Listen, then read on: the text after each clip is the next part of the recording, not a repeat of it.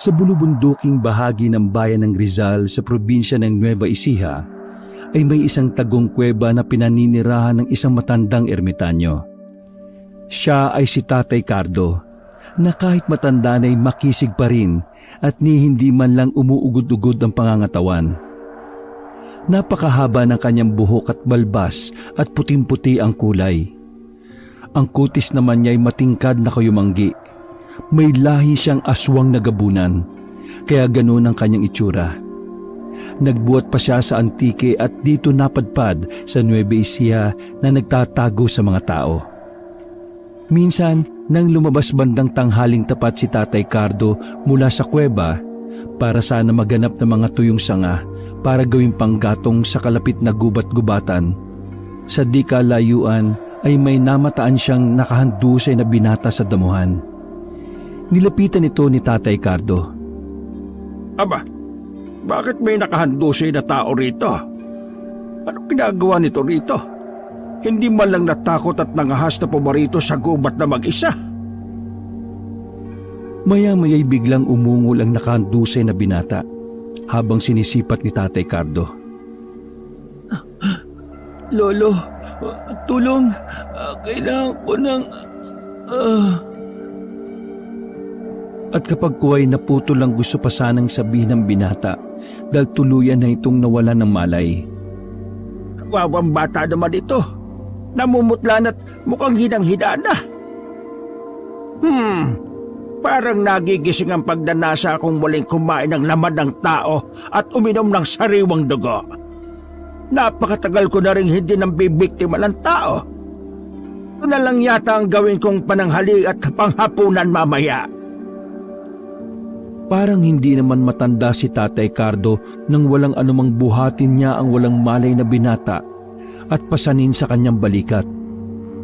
Pagkaraan ay sumibad siyang parang kidlat pabalik sa kanyang tagong kuweba sa gilid ng bundok. Sa loob ng madilim-dilim na kuweba'y inilapag niya ang binata sa isang malapad na pahaba at lapad na bato. Teka, ano kaya ang sadya ng binatang ito sa gubat? Kanina'y nangungusap ang kanyang mga mata habang nagsasalita. May kung anong gustong hilingin sa akin. Tama, hindi ko ito maaaring patayin. Isa pa, parang pamilyar sa akin ang amoy ng dugo ng taong ito eh. Mananatili ang aking panatang kahit kailan ay hindi na ako titikim ng tao. Mananatiling mga hayop lamang ang titikman ko. Gamit ang espesyal niyang kapangyarihan bilang isang gabunan ay sinalat ni Tatay Cardo ang noo ng binata. Makalipas ang ilang minuto ay muling nanumbalik ang malay tao nito. Ngunit pagkakita kay Tatay Cardo ay natakot na ang binata. Para bang noon lang nito napagtanto na kakaiba pala ang itsura ng inaakala niyang isang lolo. Sino kayo? Nasaan ako? Anong lugar ho ito? Narito ka sa aking kuweba, iho. Hindi ako isang pangkaraniwang tao tulad ng inaakala mo. Pero huwag kang matakot sa akin. Wala akong balak ng masama sa iyo. Bagkus handa pa nga akong tulungan ka. Ano ho ba kayo? Isa ho ba kayong engkanto? Lamang lupa? Alien? Hindi. Hindi ako isang engkanto o lumang lupa o alien. Mabuti pa huwag mo nang alamin at baka matakot ka lang sa akin. Baka siyang sadya mo iho at mag-isa kang napadpad sa gubat sa labas. Hindi mo ba alam na delikadong tao sa gubat na ito? Alam kong mapanganib ang gubat na ito. Pero kasi kailangan kong makahanap ng halamang gamot para ho sa mga magulang kong may malubhang sakit eh. Ayaw ko silang mawala sa akin. Dahil mahal na mahal ko po sila eh. Kahit rin ho ako may sakit. Naubos to yung kabuhayan namin sa pagpapatingin sa mga albularyo sa barangay namin. Nakakadismaya ho dahil mga mukhang pera na ho sila eh. At ginagatasan na lang ho kaming mga mahihirap na walang sapat na kakayahan na makapanggamot sa mga ospital.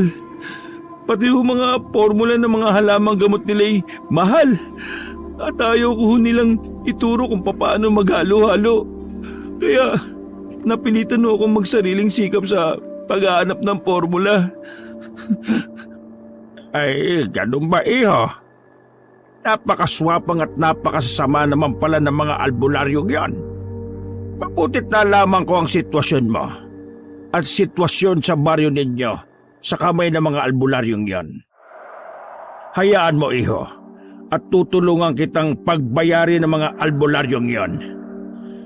Sa papanong panahon ninyo sila pagbabayarin, Lo, mahirap din ho silang kantiin dahil may kapit din ho sila sa barangay official sa amin. Madalas ho nagsasabuatan sila para makontrol kami mga mahihirap Tawagin mo na nga lang pala akong Tatay Cardo, iho. Kung tungkol sa paraang gagawin ko, huwag mo nang alalahanin yon. Katulad ng sinabi ko sa iyo, isa kong hindi pangkaraniwang tao. Ako ang bahala sa masasamang mga albularyo sa baryo ninyo. Oh? Ano ho ba talaga kayo? Pwede ko ho bang malaman, Tatay Cardo? Alam mo ba kung bakit mapanganib sa lugar na ito ng gubat-gubatan? Walang taong nakakakita sa akin ang nananatiling buhay. Kaya walang nakakaalam tungkol sa akin at ang tagong kuwebang ito. Anong ibig niyong sabihin? Mamamatay ang sinumang taong makakita sa inyo? Bakit ho ako? Bakit buhay pa ho ako? Buhay ka pa dahil gusto kitang tulungan. Lalo na ngayon, nalaman ko ang sitwasyon mo at ang inyong baryo. Ngayon hahayaan kitang mabuhay. Ngunit sa 3 kondisyon. Ano hong kondisyon? Una, huwag kang matatakot sa akin. Ikalawa, walang dapat makaalam ng tungkol sa akin liban sa iyo. At ang ikatlo, sa oras na ipaalam mo sa iba ang tungkol sa akin, papatayin kita 10 ng buo mong angkan sa karumal-dumal na paraan. At siya nga pala, isa akong gabunan. Gabunan? Hindi ho ba kayo nagbibiro? Mukha ba ako nagbibiro? O baka gusto mong ipakita ko sa iyong totoo kong anyo? Naku, huwag na ho. Kaya ho pala, purong puti ang inyong buhok at balbas. At kaya ho pala, ganyan ang kutis nyo. Pero, paano ako makakalabas dito? Kailangan ko na makauwi sa amin Tatay Cardo. Baka kung napano na yung mga magulang ko. Ano nga palang pangalan mo, iho? Abdon ho. Abdon ho ang pangalan ko. Pwede ba akong sumama sa inyo, Abdon? Gusto ko lang malaman kung ano ang sakit ng mga magulang mo. Baka sakaling kaya kong pagalingin sila gamit ng aking taglay na kapangyarihan bilang isang gabunan. Pwede naman Tatay Cardo. Pero baka mamatay sa takot sa inyo yung mga magulang ko Lalo kapag nalaman nilang isa kayong aswang na gabunan. Huwag ka mag-alala, Abdon. May kakayahan ako magpalit ng anyo.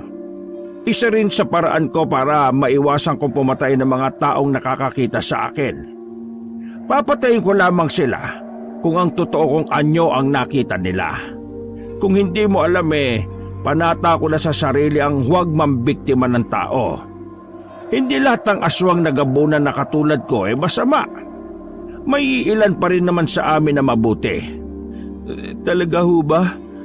Pero natatakot pa rin ako sa inyo Tatay Cardo. Patutunayan ko sa iyo na mabuti akong gabunan. Mula ngayon ay magturingan tayong magkaibigan. Halika at magsagawa tayo ng sandugo bilang katibayan ng ating pagkakaibigan.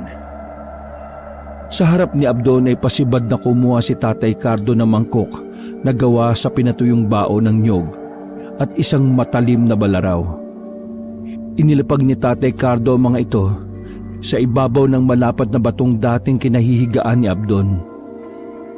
Ganun na lang ang pagkagulat ni Abdon sa nasaksihang sobrang bilis na pagkilos ni Tatay Cardo. Ganyan mo ba talagang isang gabunan kong kumilos, Tatay Cardo? Simbilis ng kidlat? Oo, iho. Kaya kung balak mo kong patayin, mahihirapan ka. Higit pa sa karaniwang aswang lamang ang isang gabunan. Marami pa akong espesyal na kakayahan. Ngunit hindi ko pa maaaring sabihin sa iyo ngayon. Saka na kapag lumalim na ang ating pagkakaibigan. Tatay Cardo, o pwede ba ninyong ibahagi ang ilang parte ng inyong kapangyarihan sa isang tao? Oo, maaari. Pero ang bagay na yan hindi basta-basta. May mga kondisyon sa pagsasali ng kapangyarihan at mga kwalifikasyon na kailangang taglayin para ito'y maging matagumpay. Bakit? Gusto mo bang bahaginan kita ng aking mga kapangyarihan? Ha? Kung pwede lang ho sana eh. Sawa na ho kasi akong inaapi-api lang kaming mahihirap na mga taong nakakataas sa amin. Parang gusto kong iparamdam din sa kanila kung paano maging isang api-apihan eh. Tignan natin balang araw, iho. Malay mo, makita kong magiging kwalipikado kang salinan sa paglipas ng panahon. O siya, simulan na natin ng sandugo. Katunayan isa ito sa kumbagay panimulang anyaya sa posibleng pagsasalin sa hinaharap. Ibinuka ni Tatay Cardo ang kanan niyang palad at gamit ang matalim na balaraw ay mabilis siyang lumikha ng hiwa. Pakuyom niyang piniga ang nalikang sugat at pinatulo ang dugo sa mangkok ng baon ng niyog. Sumunod ay ganun din ang kanyang ginawa sa kanang palad ni Abdon. Pagkaraan ay ininom ni Tatay Cardo ang kalahati ng laman ng mangkok. Ang natirang kalahati naman ay ipinainom niya kay Abdon. Biglang nagkikisay si Abdon matapos niyang mainom ang natitirang pinagsamang dugo sa mangkok. Mistula siyang parang kinukumbulsyon at ang mga matay halos tumirik. Tumagal ito ng mga ilang minuto hanggang sa humupat bumalik na ulit sa normal ang lagay ni Abdon. Anong nangyari sa katawan ko, Tatay Cardo? Halos mamatay ho ako sa pag-inom ko ng pinagalo nating dugo eh. At yung lasa, hindi ko maintindihan ang lasa. Ngayon may kaunting porsyento na ng aking dugo ang iyong dugo. Diyan na magsisimulang sukatin ng aking dugo kung karapat dapat kang salinan sa hinaharap. Saka parang nawala ang sakit ko, Tatay Abdon. Guminawa ho ang pakiramdam ko. Isa yan sa epekto ng pag-inom mo ng dugo ko. Pero hindi ibig sabihin hindi ka na makakasakit uli. Kaya lang medyo mas mabilis kang gumaling kaysa sa dati. Ang galing naman ho. Naku, salamat ho talaga ng marami, Tatay Cardo. At naging kaibigan ko ho kayo. Siya nga ho pala. Tara na ho sa amin. Paniguradong gutom na rin ho ang mga magulang ko. Ako lang ho ang inaasahan nila sa bahay eh.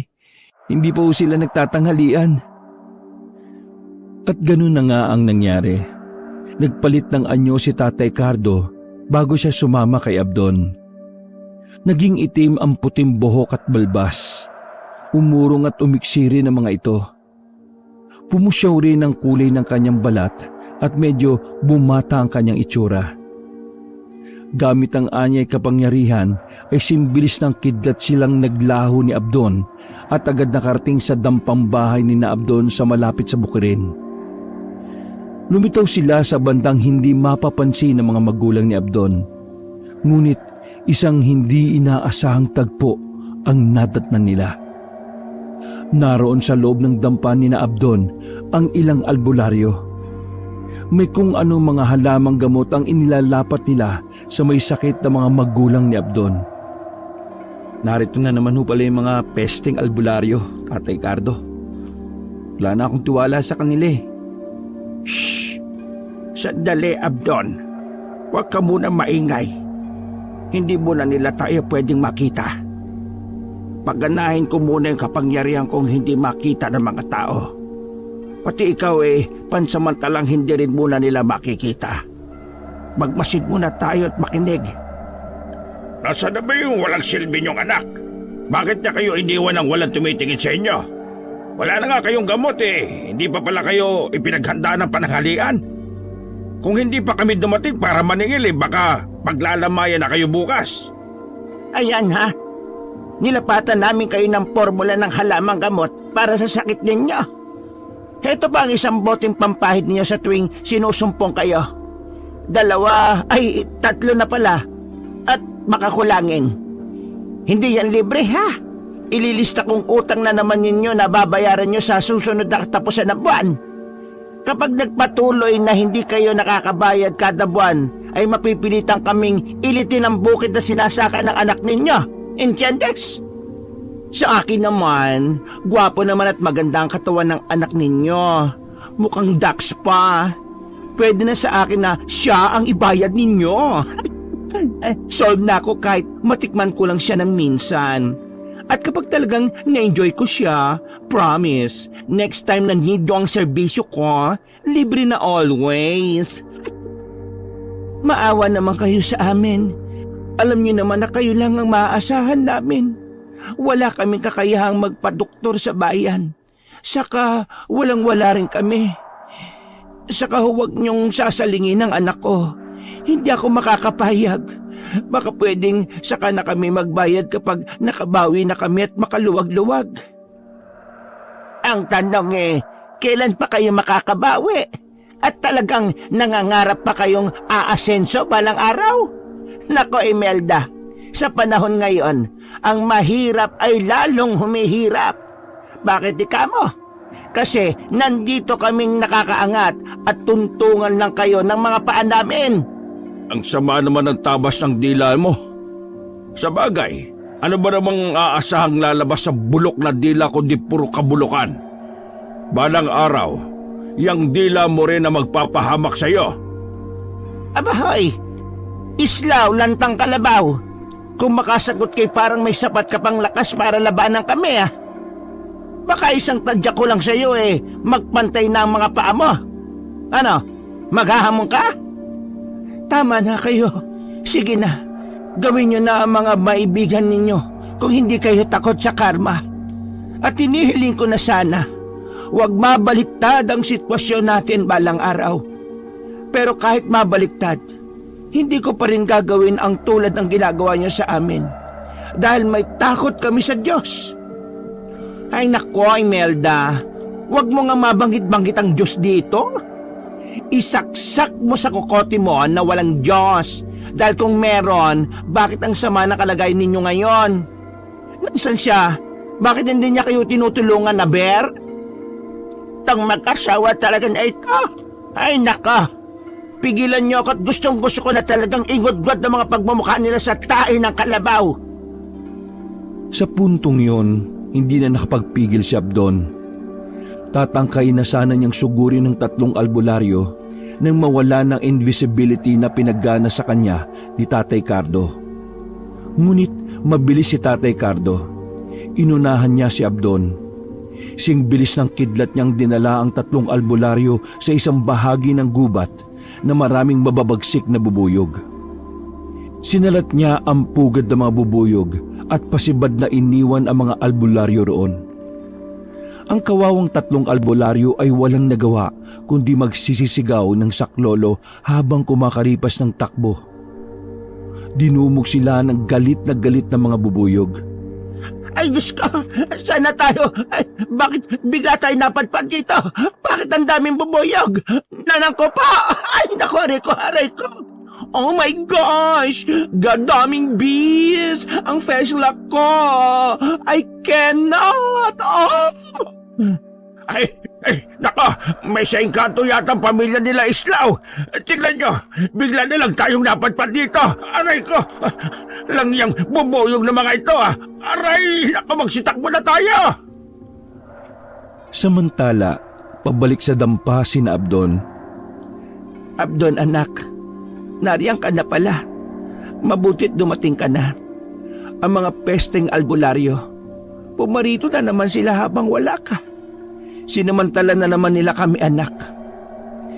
Kailangan na natin gumawa ng paraan anak. Kung kailangan natin gumamit ng dahas, siguro'y panahon na. Sumusobra na ang mga albularyong yon. Masama silang ehemplo sa iba. Kaya pati yung ibang albularyo gumagaya na rin sa kanila. Hayaan nyo, inay, itay. Ako ang bahala sa mga iyon. May isa po akong kaibigan makakatulong ko para may pagiganti ko kayo. Habang nagsasalita si Abdon, ay lumitaw muli si Tatay Cardo sa bandang likuran niya. Hindi yun napansin ni na Imelda at Islaw. Naramdaman ni Abdon ang presensya ni Tatay Cardo kaya napabaling siya rito. Heto na pala siya, inay, tay, ang kaibigan ko. Siya po si Tatay Cardo. Tatay Cardo, sila po mga magulang ko, si Nanay Imelda at si Tatay Islaw. Magandang hapon. Kayo pala mga magulang ni Abdon. Kaluguran kong makilala kayo. Cardo, ikaw ba talaga yan? Kilala mo siya, Islaw? Islaw, kaya pala pamilyar sa akin ang amoy ng dugo ng iyong anak. Ikaw pala ang kanyang ama. Ikaw na pala yan. Dati no kayo magkakilala ni Itay, Tatay Cardo? Paano nangyari yun? Mahabang kwento anak. Imelda, kung isasalaysay namin sa inyo, baka magulat rin kayo. At huwag sana kayong mabibigla na si Cardo ay hindi normal na tao. Anong ibig mong sabihin, Islaw? Kung hindi siya normal na tao, ano siya? Huwag sana kayo matakot, inay. Ako rin po alam ko na kung ano talaga si Tatay Cardo. Sikreto lang po natin ito at tayo lang po makakaalam. Si Tatay Cardo po, inay, ay isang aswang. Aswang na gabunan. Ha? Diyos ko, siya na ba yung dati mong ikinukwento sa akin, Islaw? Totoo pala yun. Akala ko gawa-gawa mo lang. Paano kayo nagkakilala ng anak ko, Cardo? At saan ka ngayon nagtatago? Mabutit hindi ka natuksong lapangin si Abdon. Nakita ko siyang nakahando sa labas ng tagukong kuweba sa gilid ng bundok. Islaw, dinala ko siya sa kuweba ko. Totoong muntik ko na siyang pagbalakang biktimahin. Ngunit naamoy ko sa kanya ang amoy ng iyong dugo. Kaya bigla kong naalala ang panatang ipinanata ko sa harapan mo noon na hindi na ako ulit kailanman titikim ng laman at dugo ng tao bilang pasasalamat sa pagliligtas mo sa akin noon. At heto, siya palang anak mo.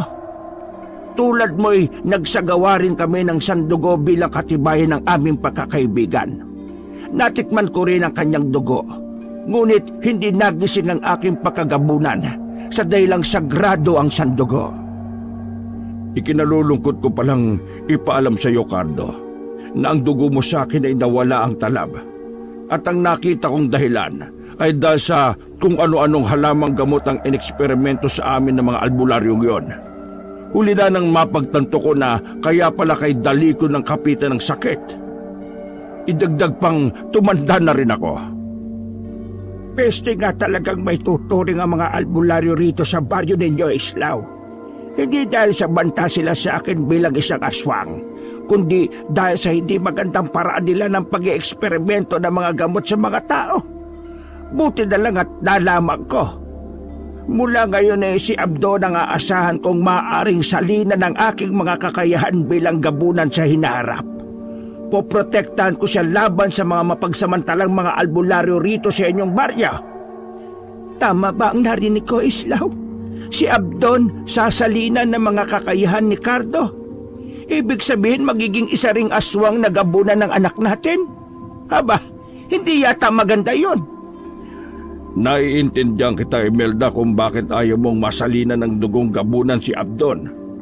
Ngunit nakipagsandugo na siya kay Cardo. Huwag ka mag-alala.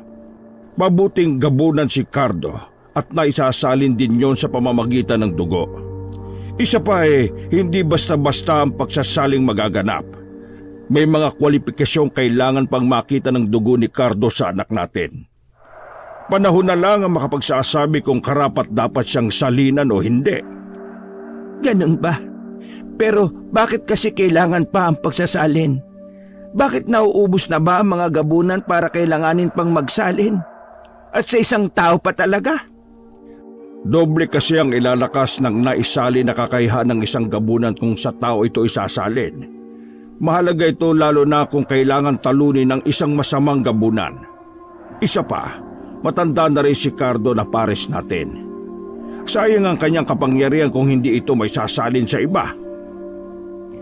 Habang nag-uusap pa sina Tatay Cardo at ang kanyang mga magulang, walang ano-ano ay naulinigan ni Tatay Cardo gamit ang matalas niyang pandinig ang paparating na pulutong ng mga tao sa munting dampa ni na Abdon. Teka, naririnig kong may paparating na grupo ng mga tao at papunta na sila rito sa inyong dampa. Hindi nila ako pwedeng makita. Ngunit dito lang ako sa paligid. Humanda kayo. Naririnig ko ang tinig ng 3 albularyong nandito kanina. Sila ang nag-udyok sa mga tao na puntahan kayo. Teka, pakikinggan ko muna ang kanilang sinasabi. Nag-concentrate si Tatay Cardo para klarong marinig ang usapan, kahit malayo na hindi naman abot ng dinig ni na Abdon at ng kanyang mga magulang. May sa engkanto ang pamilyang yon, mga kababaryo!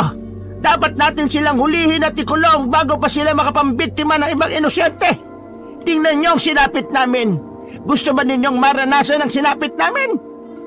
Tama, Kapitan. Pero ninyo yon, sa isang iglap, mula sa kanilang dampa, ay bigla na lang kaming napatpad sa gubat at sa tapat na mismo ng pugat ng mga mababagsik na mga bubuyog. Sinong normal na mga tao makakagawa nun sa amin? May sakampo ng dilimang pamilyang yon ni na Islao. Kunwari pang may takot daw sa Diyos mga yon. Yung pala, mga kampo ng demonyo. Hulihin sila at pagbayarin sa nangyari sa precious kong Feslock. Ang mahal pa naman magpa-facial. Tapos, ang Feslock ko, binukbok lang ng mga bubuyog. O tara na mga kabarangay, magdala na rin kayo ng kahit na anong panlaban sa kanila kung sakaling mapalaban tayo. Maging alerto rin kayo. Matapos marinig ni Tatay Cardo ang mga usapan, ay binilinan na kagad niya sina Abdon ng mga dapat gawin bago pa man dumating ang pulutong ng mga tao. Mali ako na iniligtas ko pa ang 3 albularyong yung kanina. Dapat pala ikinulong ko na lang sila sa kuweba ko. Humanda kayo. Libasin na ninyo ang ilang mahalaga ninyong gamit na madadala ninyo. Pansamantalang sa kuweba ko muna kayo tumuloy. Delikado kayo kung haharapin pa ninyo sila. Malamang na walang makikinig sa inyo at ang 3 albularyong yun ang mas papanigan nila. Diyos ko po, paano kami ni Islaw? Wala na kaming sapat na lakas para maglakad pa ng malayo. Oo nga pala. Nakalimutan ko kayong pagalingin pansamantala. Ngunit wala na tayong oras. Parating na sila. Sige na, magmadali na tayo. At sa di kalayuan ay naririnig na nga ni na Abdon, Islaw at Dolores ang paparating na mga tao. Tatay Cardo, anong nang gagawin natin? Hindi mo ba kami kayang i-teleport sa kuweba ninyo? Anong teleport? Yung dadalhin ko kayong lahat ng bensyanan? Hindi ko kaya yon. Ang mabuti pa, Abdon, ganito na lang. Relax lang kayo rito at ako na ang bahala. Singbilis ng kidlat na kumilos si Tatay Cardo na ang direksyon ay papunta sa paparating na mga tao. Ang ginawa ni Tatay Cardo'y iniligaw niya ng landas ang pulutong ng mga tao. Ginaya niya ang kakayahan ng isang tikbalang. Eka, mga kababaryo, hindi ba ninyo napapansin ang napapansin ko? Kanina pa tayo naglalakad papunta kina Kaislaw. Kanina'y malapit na tayo, hindi ba? Oo nga, Kapitan. Bakit pala nandito pa rin tayo? Iba dumaan na tayo rito kanina. Oo nga no. Parang nagpapabalik-balik na lang tayo, Kapitan. Ano kaya ang ibig sabihin nito? Ano ba yan? Hindi kayo natitikbalang na tayo?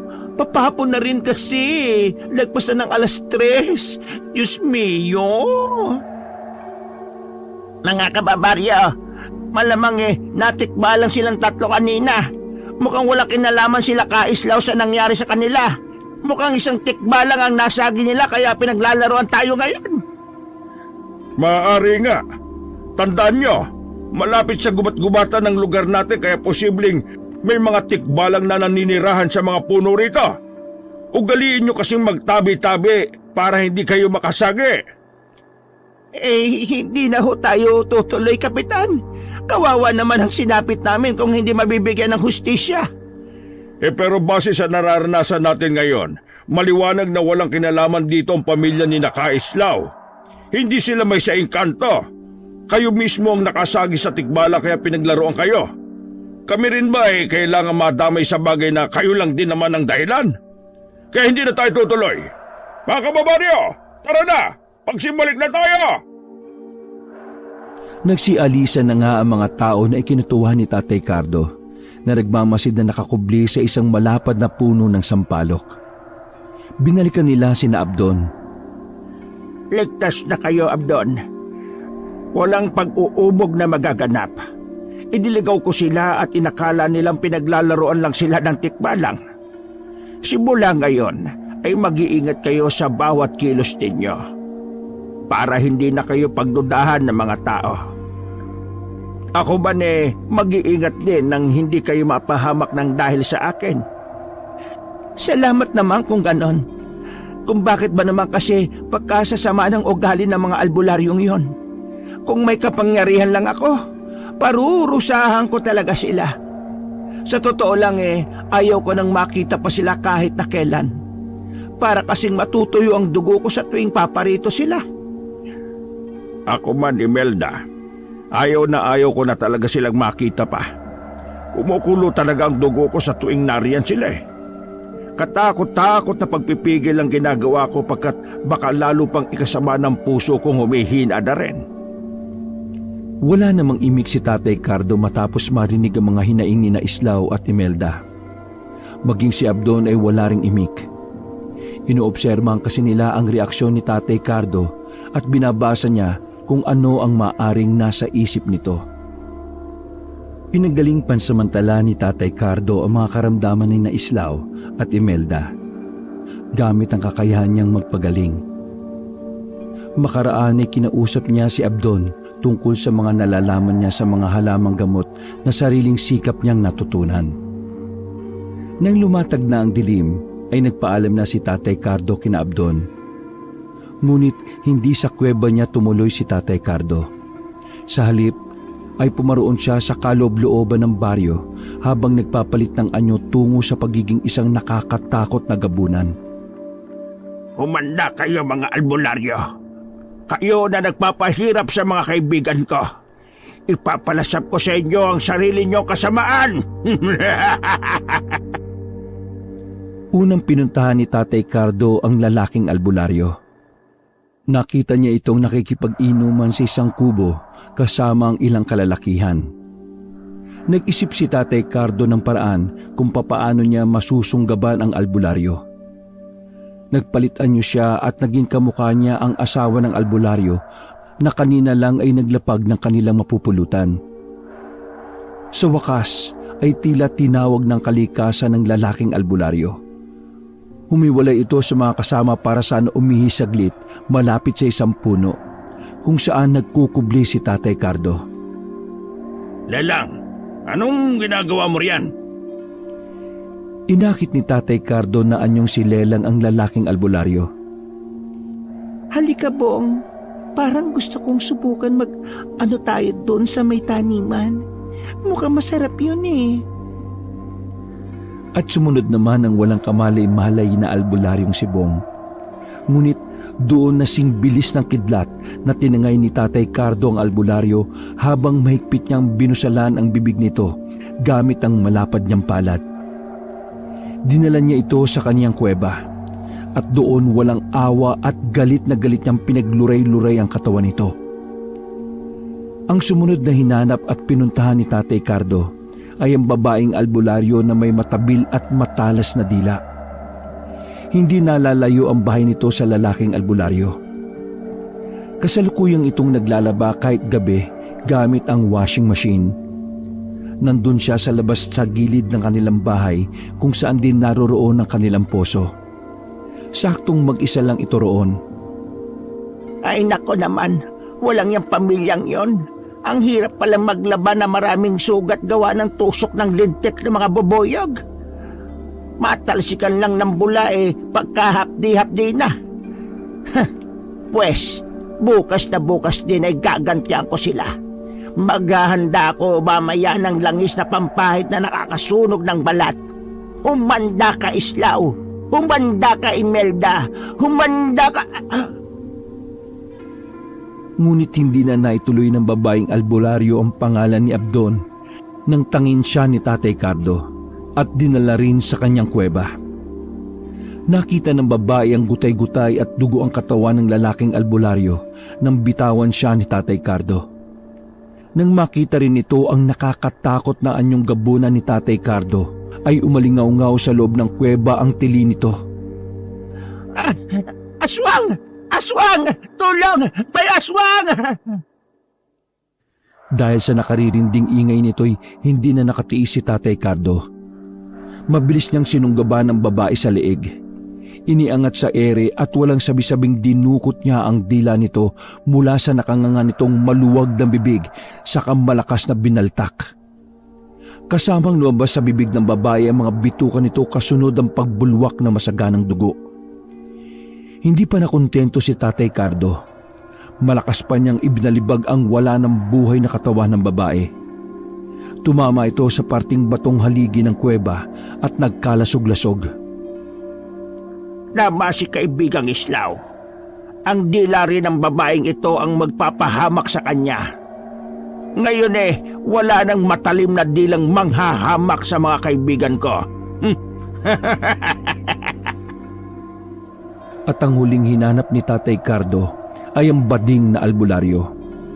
Katulad ng lalaking albularyo, bandang una ay nakita niya rin ito na nakikipag-inuman. Ngunit mga bagets ang kainuman nito at kaharutan. Nang umihipan samantala ang isang gwapong bagets, ay ginamitan ito ni Tatay Cardo ng pampawala ng malay tao. Sa kanya kinopya ang itsura nito. Hindi naman nahirapan si Tatay Cardo dahil sinundan pala ng bading na albularyo ang umihing gwapong bagets na balak sanang pagsamantalahan. Wala itong kamalay-malay na aswang na pala ang kanyang kaharap. Mabilis ulit na tinangay ni Tatay Cardo ang bading na albularyo at dinala muli sa kanyang kuweba. Hoy, saan mo ko dinala?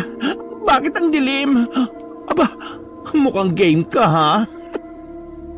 Ngunit pagkaharap ng bading na albularyo sa inaakala niyang bagets, ay nanlaki at namilog ang mga mata nito. Oh my gosh! Isweng! Saklaw-law! Isweng ha! Tulungan me! Tulungan me! Ngunit sa minalas-malas ay walang sino mang makakarinig sa malakas na tili ng bading na albularyo. Liblib ang lugar ng kuweba. Idagdag pang medyo kulob ito. Ang kaawa-awang bading ay walang tigil na pinaggutay-gutay ni Tatay Cardo ang katawan gamit ang kanyang matatalas na mga kuko. Nagkalat at umago sa sahig ng kuweba ang mga pira-pirasong laman at masaganang dugo. Nang sumunod na araw ay nabalita sa buong baryo ang pagkawala ng 5 katao. Kasama na nga roon ang 3 albularyong brutal na pinaslang ni Tatay Cardo.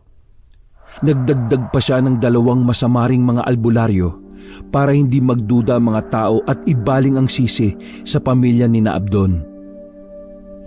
5 araw pa ang lumipas at patuloy pa rin hinahanap ang mga nawawalang albularyo. At dito na nagsimulang mabahala ang pamilya ni na Abdon. Islaw, hanggang ngayon pala ay hindi pa rin nahahanap yung 3 albularyong kinaiinisan natin. Alam mo bang nagsisimula na tayong pagdudahan ng mga kababaryo natin?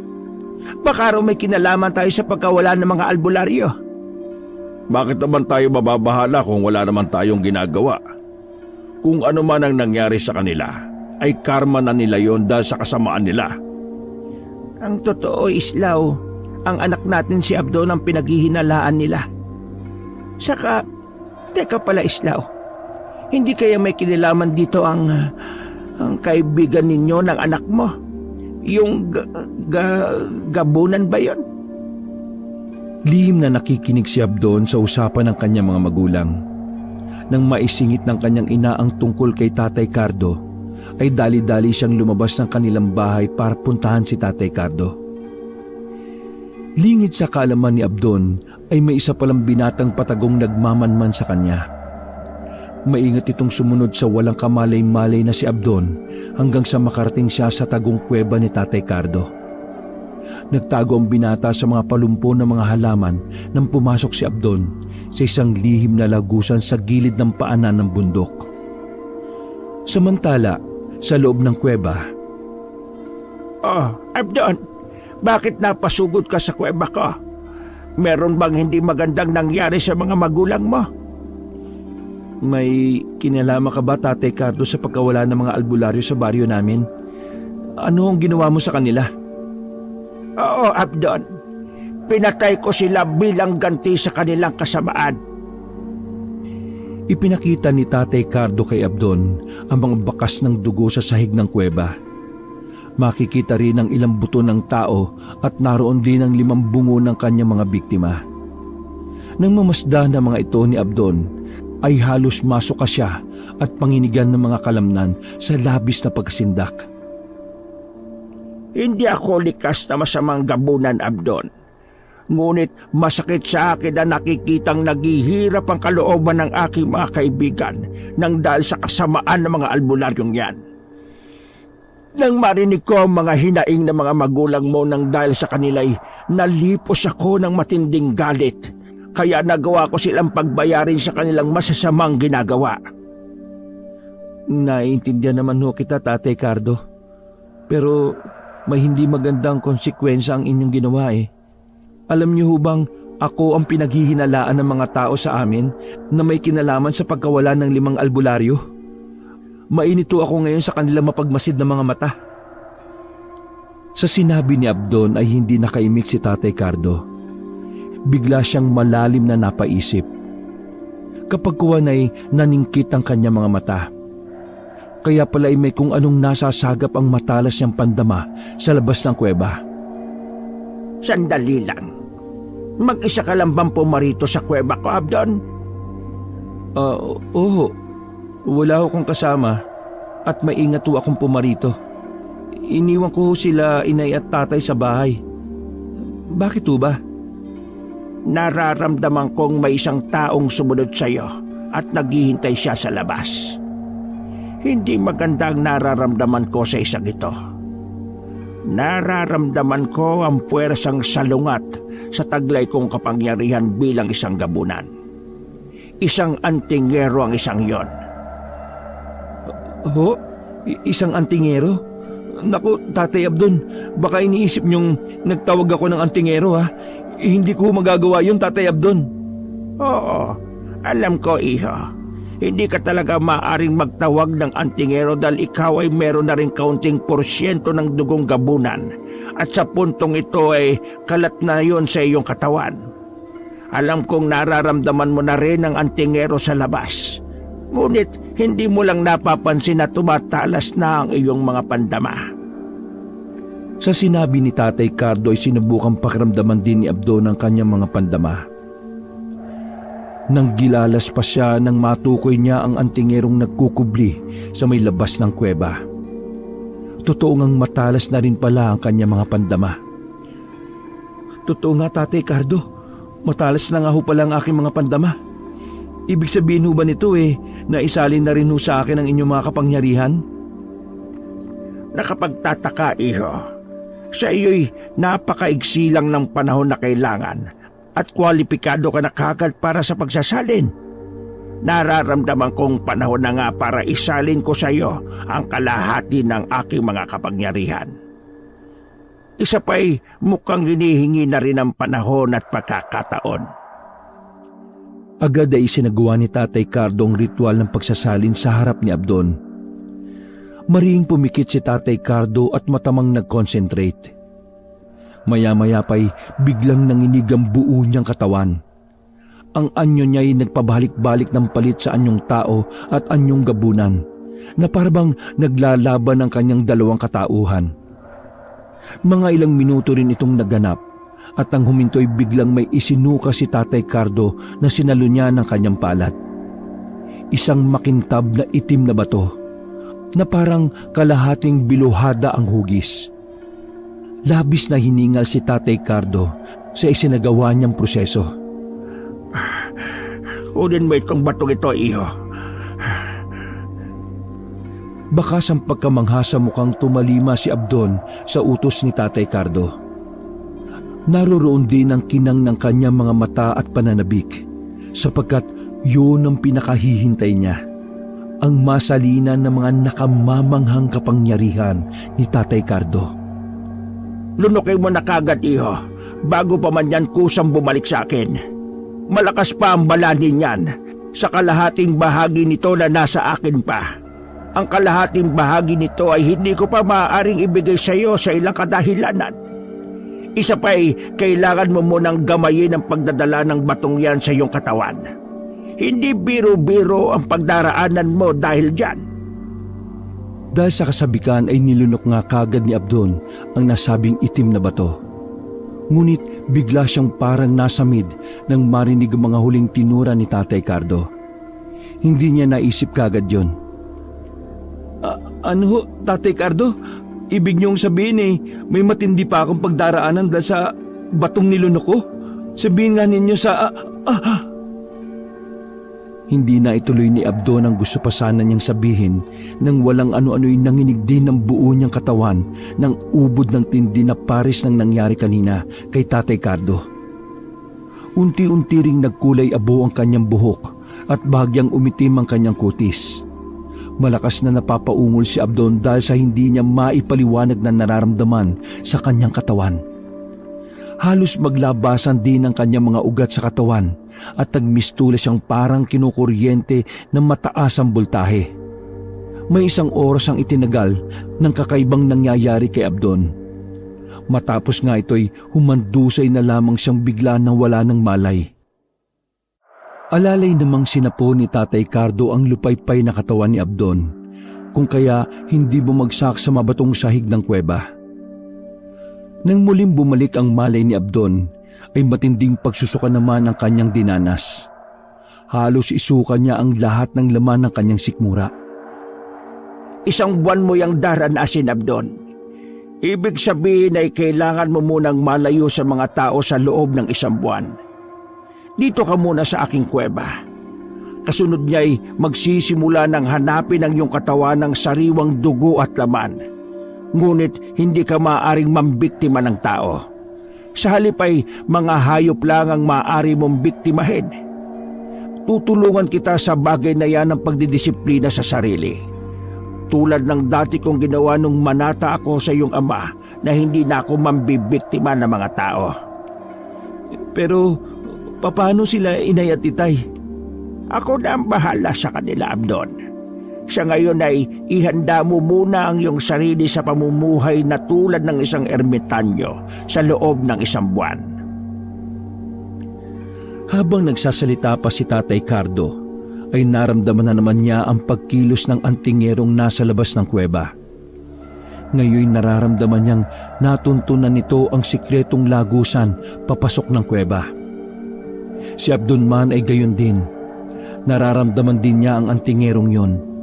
Pero may isang bagay siyang natuklasan na kinababahala niya. Pamilyar sa kanya ang amoy ng antingerong yon.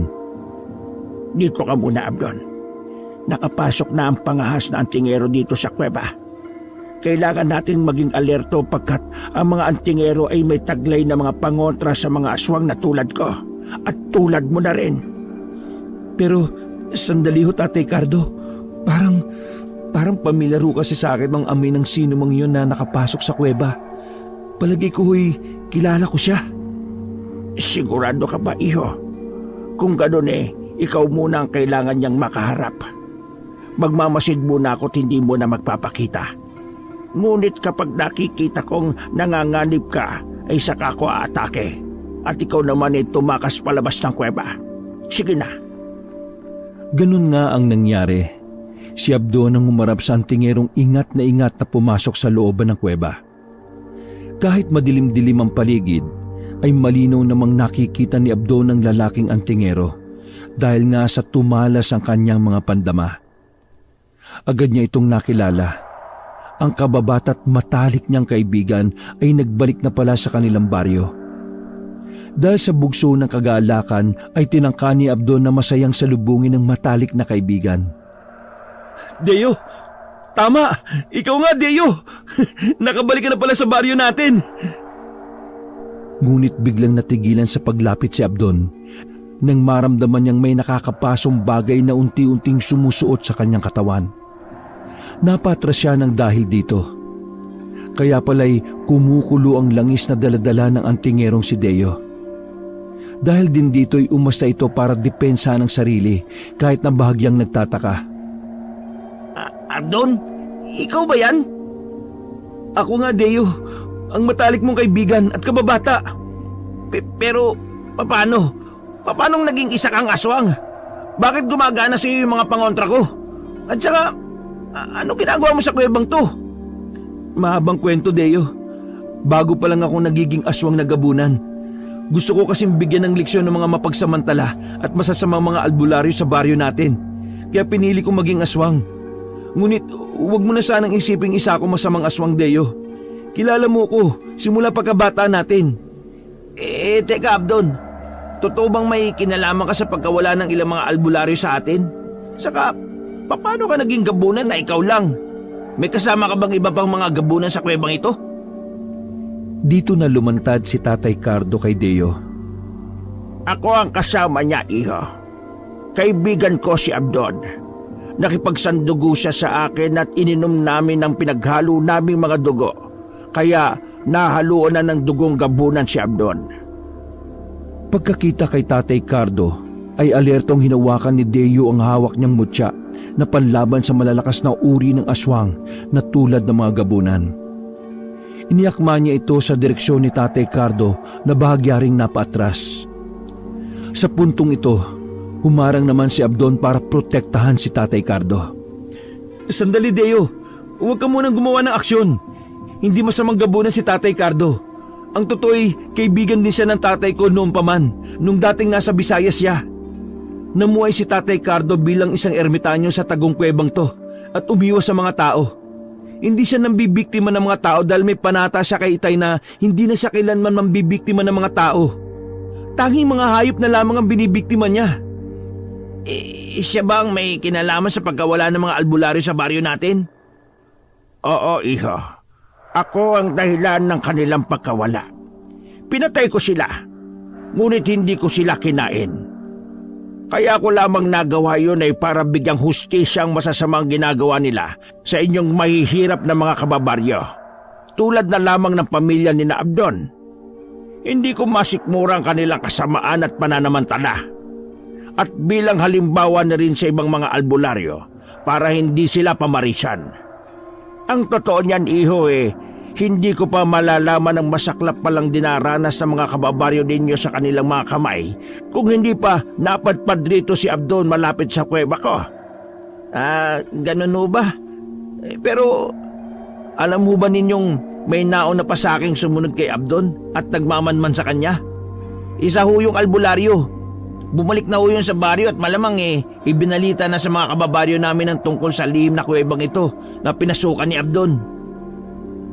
Sa kanilang narinig ay makahulugang nagkatinginan sina Abdon at Tatay Cardo. Si Deo na may nagpatuloy pa sa pagsasalita. Alam niyo rin po ba na nagtatawag sila ng mga antingero para tumulong sa paghahanap sa inaakala nilang nawawalang mga kaalbularyo nila? At isa na nga ako ron. Mabuti na lang at sinundan ko ang albularyong bumuntot kay Abdon. Kung hindi hindi ko pa malalaman ang punot dulo ng lahat. Tatay Cardo, ano nang gagawin natin? Malamang paparito sila sa kuweba at uumugin tayo. Makukulong tayo at masusukol sa kuwebang ito. Makakaya ho ba natin ang pinagsanib na puwersa ng mga albularyo at mga antingero? Hindi biro-biro mga antingerong kinalap nila, Abdon. Mahirapan kayong kalabanin sila. Tatay Cardo, ano ang plano natin? Matamang nag-isip si Tatay Cardo. Nagpalipat-lipat ang matiim niyang mga titig kina Abdon at Deo. Kay Deo mas nagtagal ang kanyang titig na parabang tinatansya niya ito. Hindi mapagamay ang pagiging isang gabunan, Abdon. Kung mas napaaga sana ang pagkakagamay mo rito ay makakaya natin silang labanan.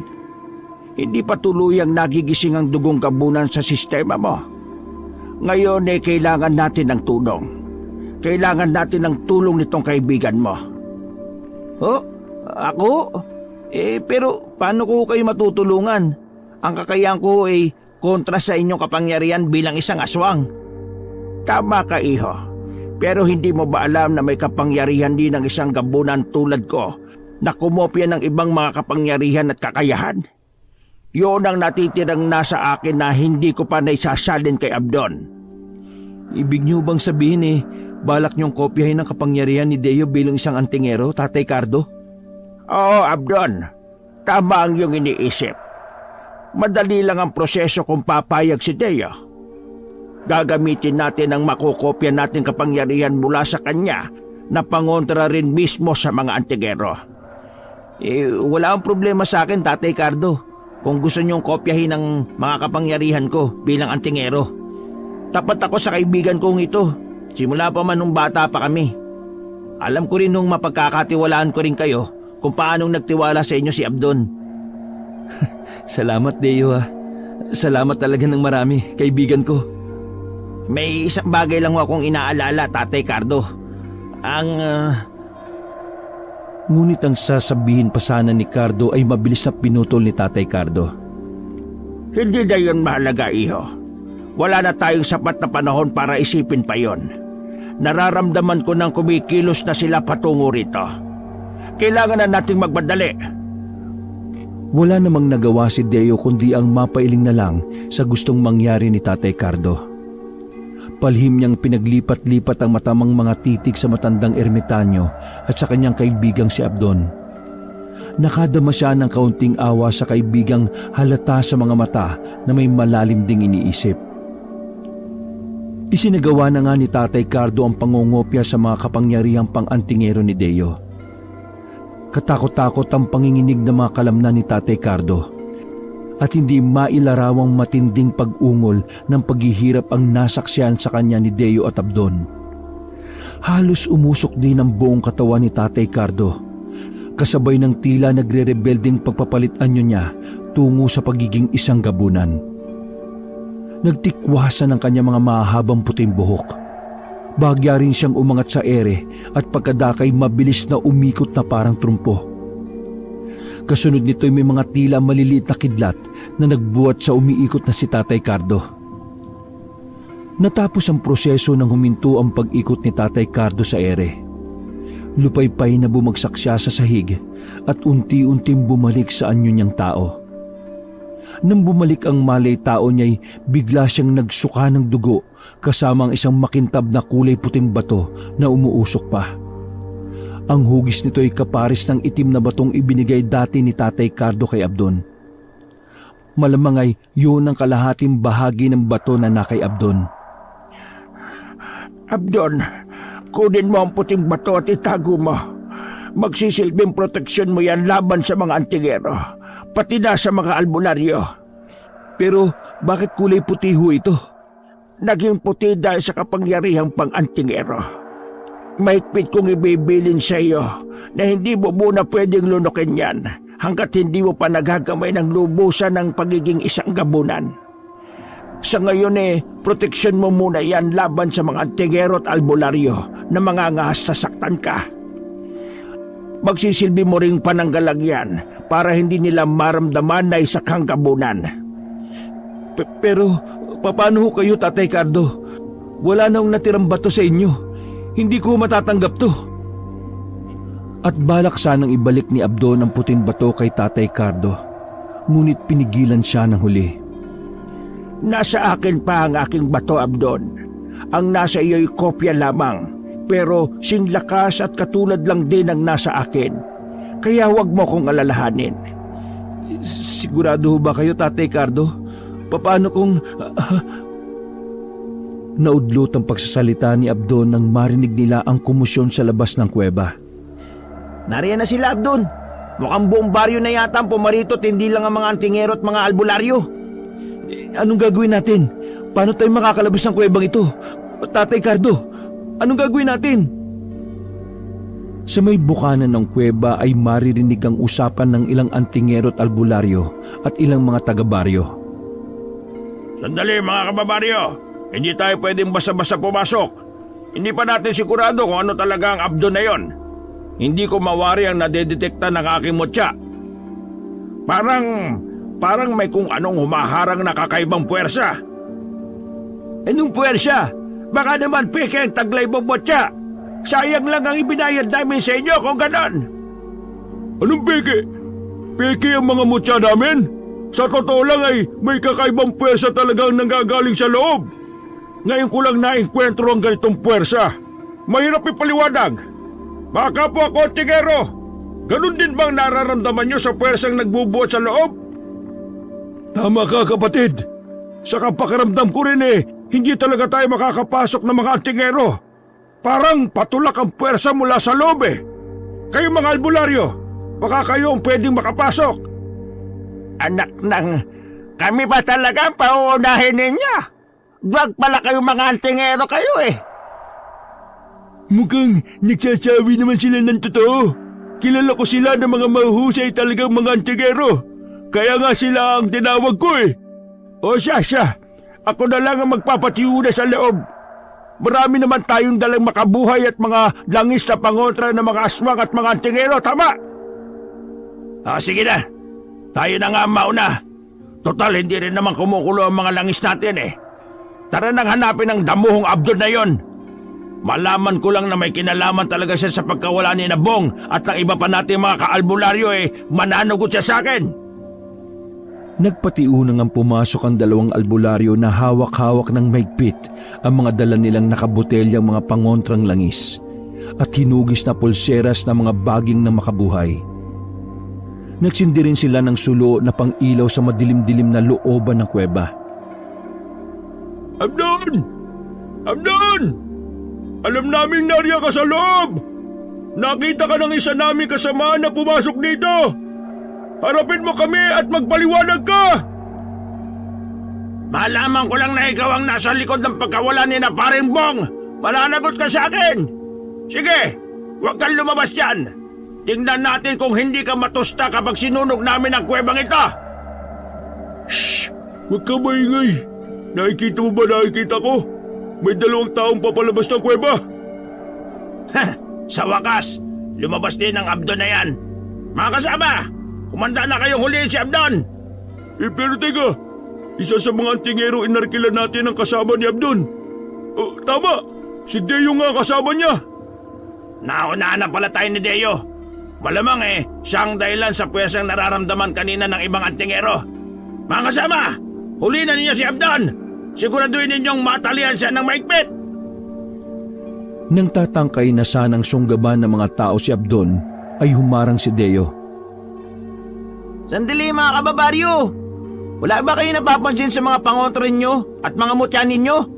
Hindi aswang o kung ano man ang kaibigan ko. Kung aswang siya o engkanto o lamang lupa, di sana'y nadetektan na ito ng mga taglay niyong pangontra at mutya. Isa pa nakausap ko na siya. Wala siyang kinalaman sa pagkawala ng ilang kababaryo natin mga albularyo. Sino kung gano'n na may kagagawa ng pagkawala ni na paring Bong? Siguro'y sina Islaw at Imelda, no? Mga kababaryo, ulihin nyo tigapo sina Imelda at Islaw! Naroon din pala sa pulutong ang mga magulang ni Abdon. Mabilis silang sinunggaban ng mga tao. Bumuo ng bilog ang mga taga-baryo at pinagtulakan sa gitna sina Islaw at Imelda na halos mangudngod sa maalikabok na lupa. Mga wala kayong awa! Wala kami kinalaman sa pagkawala ni Nabong at iba pang mga albularyo. Sa tanda namin ito na halos uugod-ugod na. Sa palagay nyo magagawa pa namin ang bagay na ibinibintang nyo sa amin? Oo, galit kami sa mga nawawalang albularyo na yan dahil sa pagsasamantalan nila sa kahirapan namin. Pero kahit kailan, hindi namin inisip na pagtangkaan sila ng masama. Huwag na kayong magkaila pa mga tanda. Sa inyo lang naman nagsimula ang mga kababalagang nangyari sa kanila nang putaktayin sila ng mga bubuyog. At nung minsang uumugin sana namin kayo, pero para kaming natikba lang. Pagkatapos noon bigla na lang silang nangawala ng sabay-sabay. Kaya hindi nyo kami masisisi na ang pamilya ninyo ang pagsuspecha namin.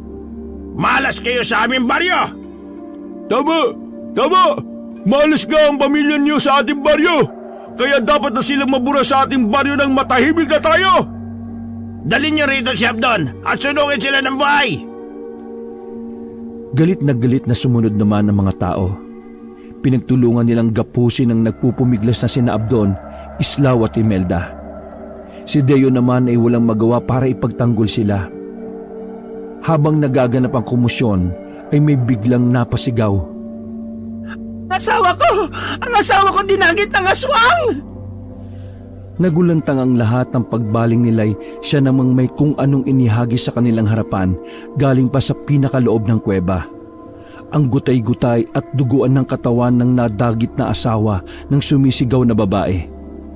Asawa ko! Hindi!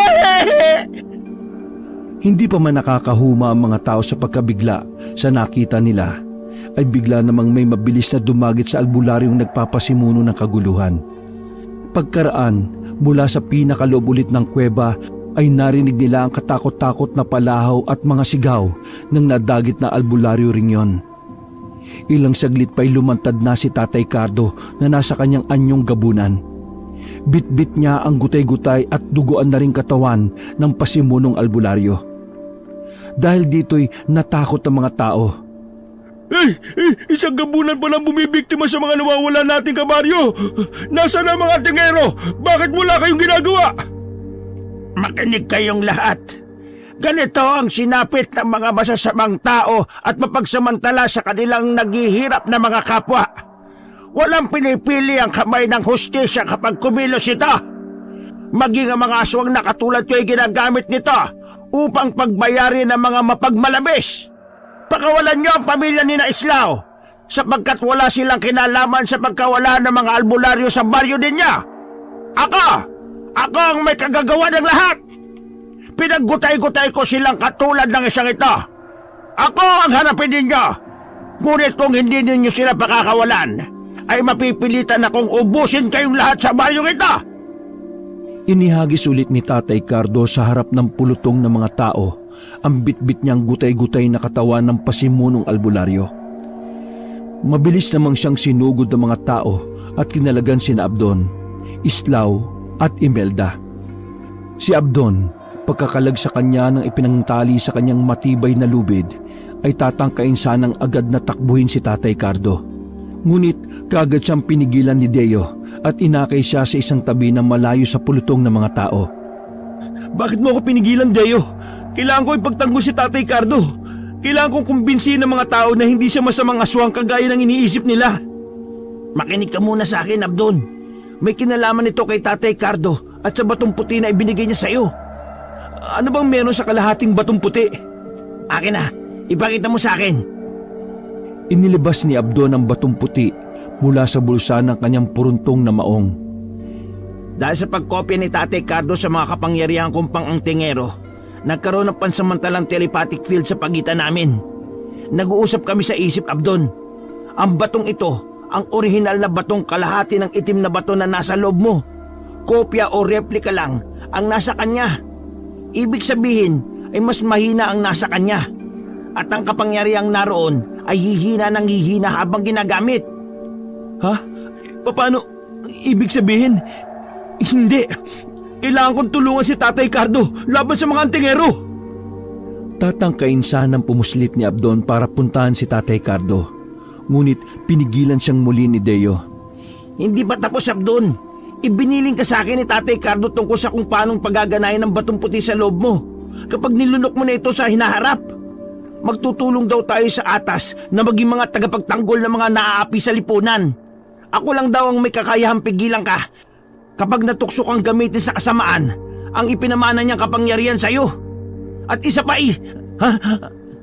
Hindi na pinatapos ni Abdon si Deo sa sinasabi nito. Pwersahan na siyang pumiglas para puntahan at tingnan kung ano na ang nangyayari kay Tatay Cardo sa kamay ng mga antingero. Si Deo naman ay wala nang nagawa. Ang ginawa na lang niya ay akayin sina Islao at Imelda palayo sa kaguluhang nangyayari. At para na rin hindi nila makita ang sasapitin ni Tatay Cardo. Sa bukana ng kuweba'y nasaksihan ni Abdon si Tatay Cardo kung paanong buong tapang pa rin siyang nakikipaglaban sa mga antingero kahit ang kapangyarihang taglay nito bilang isang gabunan ay unti-unti nang nanghihina. Sige, tapusin na ninyo ang matandang gabunan na yan para wala ng mga haspang mambiktima sa ating mga kababaryo. Ibuhos nyo na ang lahat ng mga kapangyarihan nyo. Sige, ibuhos nyo lahat. Pero sinasabi ko sa inyo, may babangon pang bagong lahi pagkatapos ko. Isang bagong lahing mas makapangyarihan pa sa akin na kahit mga antingerong tulad ninyo'y wala nang magiging panama. At siya, sila ang magiging tagapagtanggol ng mga naaapi at maglalapat ng hustisya sa mga nasisiil. Wala na, tanda. Huwag ka nang mangarap. Masakit umasa sa walang katiyakan. Paano pang may susunod sa'yo? Buburahin ka na nga sa mundo sa oras na ito. Ala, sige mga antingero! Tuldo ka na ninyo ang hininga ng salot na ito! Pinagsanib puwersa na ng mga antingero ang kapangyarihan ng kanilang mga mutya laban kay Tatay Cardo. Si Abdon naman ay walang magawa. Kahit pilitin niyang sugurin sana para pigilan ng mga antingero, ay para namang may malakas na puwersang biglang pumigil sa kanya. Kaya pala'y puwersa yun ng kalahating batong puti na nasa kanyang bulsa. Ito ang kusang pumipigil sa kanya. Gusto rin sana niyang sumigaw ngunit pati tinig niya ay ayaw lumabas. Mistula siyang nasa isang panaginip. Nakikita niya ang masaklap na mga nangyayari ngunit wala siyang magawa. Sa huli, natuklasan na lamang ni Abdon na may isang nakasisilaw na kidlat na inilabas sa mga nagsanib puwersang mga antingero at mabilis na tumama ito sa tapat mismo ng puso ni Tatay Cardo. Nagkikikisay ang buong katawan ng kaawa-awang si Tatay Cardo na bumubulwak ang masaganang dugo sa kanyang bibig. Habang unti-unting napapaluhod hanggang sa tuluyang malukmok sa lupa. Sa wakas, wala nang salot na gagambala pa sa ating baryo mga kababaryo. Naipagiganti na rin natin ang sinapit ng ating mga kapatid na albularyo. Salamat sa ating mga antingero. Salamat sa inyong lahat! At nagsigawan sa kagaalakan ng mga tao. Pagkatapos nito'y isa-isa na silang nagsialisan sa lugar na yon. Ang tanging naiwan na lamang ay sina Abdon, Deo at ang mag-asawang Islao at Imelda. Sabay-sabay nilang nilapitan ang wala ng buhay na si Tatay Cardo. Tatay Cardo, bakit sa ganito nauwi ang lahat? Hindi ko matanggap, Tatay Cardo! Tatay Cardo! Isa siyang napakabuting gabunan, anak. Isinakripisyo niya ang kanyang buhay para sa atin. Napakabusilak po ng puso niya. Hindi lamang niya kayo iniligtas kundi plinano rin po niya ang para sa kinabukasan niyo. Siniguro ho niyang may susunod pa rin sa kanya na magiging tagapagtanggol ng mga naaapi. Isinakripisyo niya ang kanyang kapangyarihan para ito'y mapahusay pa at magamit ng susunod na lahi. Tahan na, Abdon, anak. Mula ngayon, alam kong ikaw na ang papalit sa papel ng iyong Tatay Cardo. Nagtiwala siya sa iyong hinding-hindi mo siya bibiguin. At salamat din sa iyo, Abdon, at magiging parte ako ng iyong papel. Kaluguran kong maging laging nasa tabi ng matalik kong kaibigan. Ipinapangako ko ring hindi ko bibiguin si Tatay Cardo sa mga inihabili niya sa akin. Sa lahat ng kanyang mga narinig, ay maingat na pinangko ni Abdon ang bangkay ni Tatay Cardo. Buong pagkasabik niya itong niyakap. Pagkaraan nito'y buong lakas na sumigaw si Abdon. Tatay Cardo! Kasabay ng malakas na pagsigaw ni Abdon, ay siya namang unti-unting pagsingaw ng parang usok ng bangkay ni Tatay Cardo hanggang sa tuluyan na itong maglaho. Wakas. Sa bulubunduking bahagi ng bayan ng Rizal sa probinsya ng Nueva Ecija,